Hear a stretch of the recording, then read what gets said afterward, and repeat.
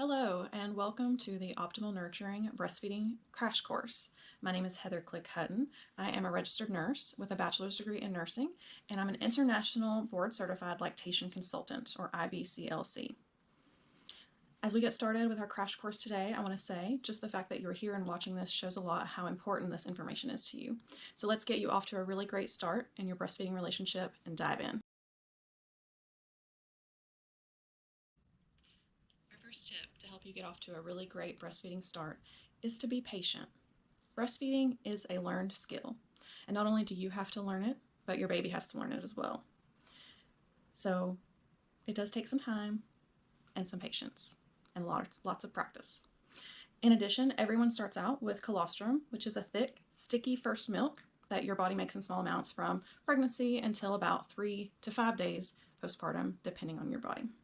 Colostrum is actually higher in protein, electrolytes, and some vitamins than mature milk, so it's kind of like a baby protein shake. And it's all your baby needs in those first couple of days because, baby's stomach starts out very small, about the size of a cherry. It does not take much to make your baby feel full. This is also the perfect consistency for your baby to learn how to suck, swallow, and breathe out all at the same time because that's something they've never had to do before. So it's thick to help with that. Your copious amount of milk will start to flow, usually about 3 to 5 days after your baby's born and you've been stimulating your breasts. So we'll talk about that a little bit in a later tip. But it's okay that it takes that long. And if it takes longer than 5 days for your copious amount of milk to start to flow, then notify your OBGYN. There may be something else going on. Our second tip in our breastfeeding crash course is to make sure that your milk is being removed frequently and effectively. So frequently means on demand. So you're going to be watching your baby's individual cues that say, hey, I'm hungry, I'm waking up, I'm ready to eat. Those may look like, just some mouth movements, some rustling around, especially very, very young babies within the first few days. You're pretty much going to want to put them in a position to breastfeed every time that they start to wake up. And then as babies get older, they may spend some more time awake and you'll learn your baby's individual feeding cues. So feed on demand, not on a schedule, and make sure that milk is being removed efficiently. So this means a deep latch, good positioning. So a latch that is deep and is a good latch should not hurt you. It is a big breastfeeding myth that, you will have sore nipples automatically and that you just have to deal with that as part of breastfeeding. That's a myth. If your latch is deep enough and your baby is on there, well, there shouldn't be any pain. If there's any pain past, maybe 30 seconds, maximum a minute, unlatch baby by sticking your finger in the corner of baby's mouth and try again. So the first thing to get a good latch is good positioning. So probably the biggest thing that I see is moms start out with their babies way up here. And in order for baby to latch this way, they have to bend their neck down. And, we can't really eat very well like this. We want baby to be extending their neck upward into the sniffing position. So in order to do this is to start the baby out lower than the breast and allow baby to be, supported in a way that they can nurse, but also to where they can tilt their head back and extend their neck if they want to. In addition, you want to make sure that baby's belly is facing your belly. This is not a good nursing position. This is a good nursing position. And you want to have baby using their hands to hug the breast. And as your baby starts to realize that the nipple is there, you'll kind of want to point it right at the upper lip and nose. If you point it at your mouth, that's a little bit too low. Point it at the upper lip and nose, so line them up nipple to nose. Wait for them to have their rooting reflex. So this is something, if anything comes near their mouth, they're going to automatically open their mouth wide and extend their neck, which we want. So wait for baby to open their mouth wide, very wide. You can train them to open wider too, and bring the baby onto the breast as they open wide. As long as you have a good deep latch, that's all you have to do. Sometimes we can use, our hands to kind of compress the breast to make it a little bit easier for baby to go on. And so you can shape the breast any way that you want. Our third tip in our breastfeeding crash course is to do a lot of skin to skin. Skin to skin is basically when you have your baby with no clothes on, and except a diaper if you want to have the diaper on, onto your skin with no clothes on as well. So as much skin touching each other as possible. This is your baby's reset button. So if you're having trouble latching or if your baby's having any issues, a lot of them can be resolved with skin to skin. As I said, it's baby's reset button. It really helps them to regulate their nervous system, and it's very calming and soothing to them. So do skin to skin as much as possible. A lot of times if baby is, upset or even very sleepy, you can strip baby down into their diaper, nothing on you, no bra or anything, and just lay back and relax for a little while. This position works really well for skin to skin, except laying back, because baby is right there within nipple reach if they want to go for it. One really awesome way to breastfeed, especially after you've labored and you're tired, is kind of like laid back breastfeeding. So you can put baby skin to skin, belly to belly, have them in this vicinity where they can nurse if they want to, and you may notice that baby's instincts start to wake up. They'll start to crawl around, they'll start to use their hand, they'll start to do their rooting reflex, and a lot of the time, if you give baby enough time in this position, they'll bob their head around and find the breast on their own, and then you don't have to worry about working to help them get the latch or the positioning or anything else like that. Skin to skin and laid back breastfeeding are really great, and I don't think they're utilized enough. The issue that moms have with laid back breastfeeding is that it is a baby-led feeding position, and a lot of the time we're not patient enough to let baby lead. But they do have the reflexes that are necessary to get them on all by themselves if you give them enough time and your baby's healthy at term, over 39 weeks, then that should work just fine for you. And our fourth tip in our breastfeeding crash course is to use your hands to express your milk frequently, especially within the first 2 weeks of breastfeeding. So sometimes, you can use your hands to express your colostrum, and actually, I know that pumps come free from insurance and everyone has a pump anymore, but if your milk is still colostrum, it's very thick and sticky and the pump does not remove it very well.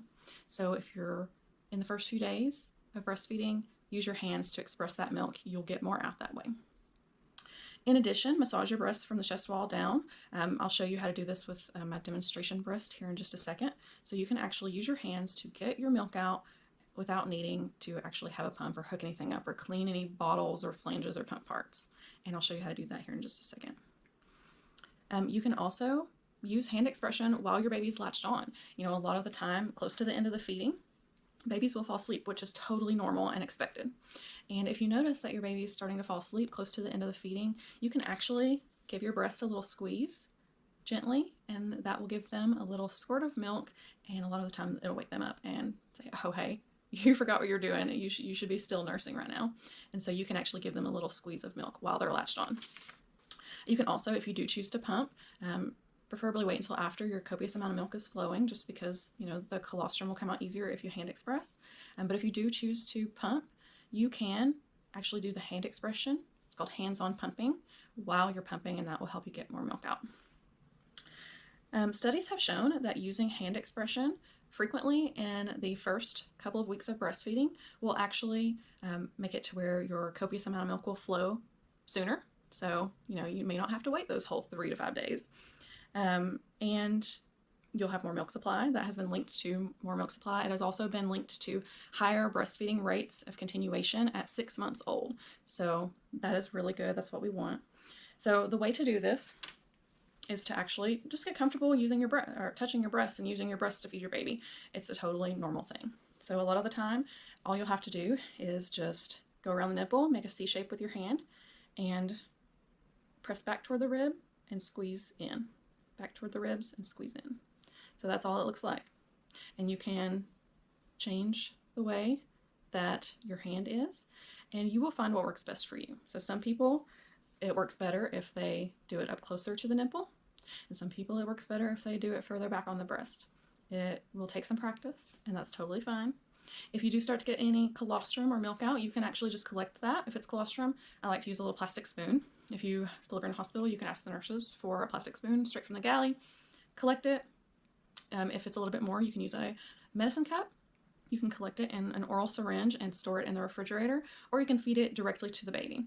So if you express some colostrum, like into a spoon or a syringe or a medicine cup, all you have to do, even if baby's asleep, is put it in their mouth, and their swallowing reflex will cause them to swallow it. So this is a very convenient way. If you do need to supplement your baby early on, you can hand express, collect that milk, and feed it to your baby while they're even asleep. Very, very convenient way if you need to get some extra expressed breast milk in that baby. So again, and you can use 2 hands too. In toward the ribs and squeeze. In toward the ribs, squeeze. And as you get used to it, you'll get into a rhythm. So our 5th tip in our breastfeeding crash course is to avoid formula supplementation unless it's medically necessary. So sometimes formula supplementation is medically necessary. There are lots of different reasons why you may need to supplement your baby, and if it happens, it will be okay, I promise. We are very lucky to have formula for those babies who need it. But sometimes formula is given without a medical indication. So if it's medically necessary, that instruction to give formula should be given to you by your pediatrician or an IBCLC lactation consultant. So the conversation needs to be more than just, here's a bottle, feed your baby, because a pediatrician or an IBCLC can help you figure out exactly how much to give, when to give it, and how to give it. There are ways that you can supplement your baby with either formula or express breast milk that will help to protect your breastfeeding relationship long term if that's what you want to continue to do. So a lot of the times supplementation is necessary, but most of the time it's temporary while we can work on breastfeeding. So a couple of ways that you can supplement other than just a regular bottle. If you want to use a bottle, we can actually switch that to a slow flow nipple or a preemie nipple and do a technique that we call paced bottle feeding. That works very well. We can also, like we talked about before, use a spoon. So whether it's colostrum or formula, you can use a spoon to spoon feed your baby. You can also use a medicine cup. Babies will actually lap milk up out of a medicine cup, and it's super cute, I have to say. But it should be a bigger conversation than just, here's a bottle, give your baby formula. And it should also be with your fully informed consent. So that conversation where you're allowed to ask questions, they tell you why it's necessary, the risks and benefits of giving your baby formula supplementation. In addition, it should be a conversation of, okay, what should I do to protect or establish my milk supply? Because if you're giving your baby formula, a lot of the times it's not necessarily the formula that causes problems. It's the fact that the formula is replacing breast stimulation. So if you do need to supplement, you should ask, how often should I hand express? How often should I pump? Those are important things to know to help you make sure your milk does start to flow, your copious milk does start to flow at the normal time, it's not delayed, and that you do protect yourself so that you do eventually have a full and abundant milk supply. So our final tip, sixth and final tip in our optimal nurturing breastfeeding crash course is to be ready for engorgement. Most lactating people do experience engorgement sometime within the first couple of weeks of breastfeeding. Most of the time it is when your copious amount of milk starts to flow. You may notice that your breasts are feeling full. Sometimes they may feel a little bit more uncomfortable, and sometimes it may actually make it harder for the baby to latch on. We'll talk about that here in a second. So engorgement is basically super full breasts. They're full of milk, and sometimes they're actually full of fluid from swelling as well, especially if you had a lot of fluid, maybe during a labor induction or a C-section. They give you a lot of fluids in the hospital, so it does lead to some swelling. Try not to let your breasts stay engorged and uncomfortable. We want to get that milk out in whatever way you prefer. So that would be, if you're feeling engorged and uncomfortable, feed your baby, hand express some of that milk out, pump just until you're comfortable. Those are good, effective ways to get that milk out. So the preference would be to go ahead and feed your baby. And then if your baby nurses and you still are feeling kind of uncomfortable, have some lumpy, bumpy feelings, especially, don't forget you do have breast tissue up here in your armpit too, then you can hand express and massage those lumpy bumpies up and out toward the nipple. Allowing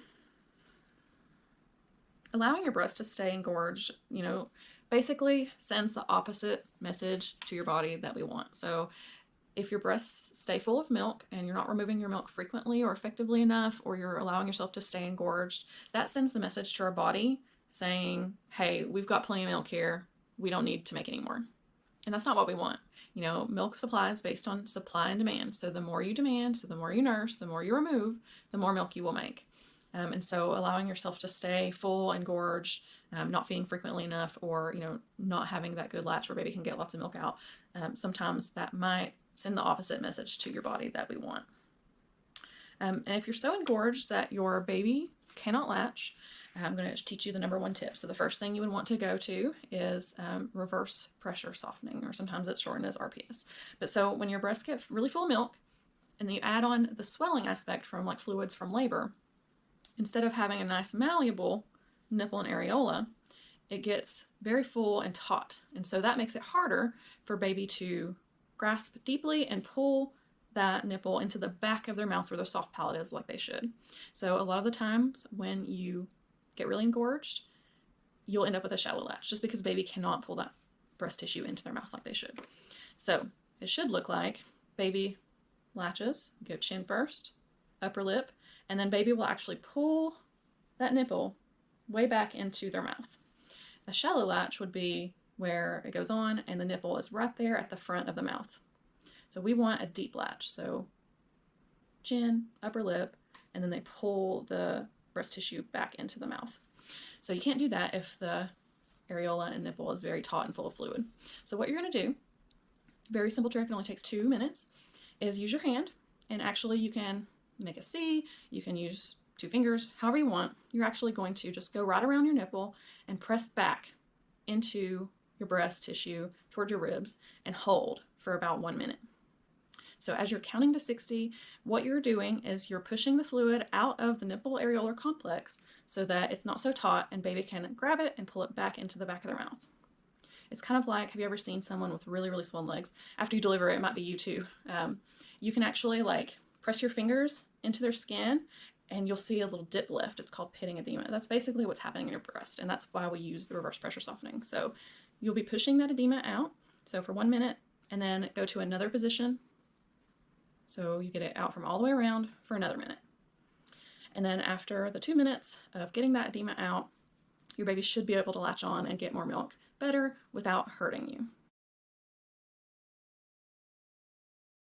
Thank you so much for joining me today for our Optimal Nurturing Breastfeeding Crash Course. I hope you learned a lot, and I hope you go on to learn a lot more because there is more to learn.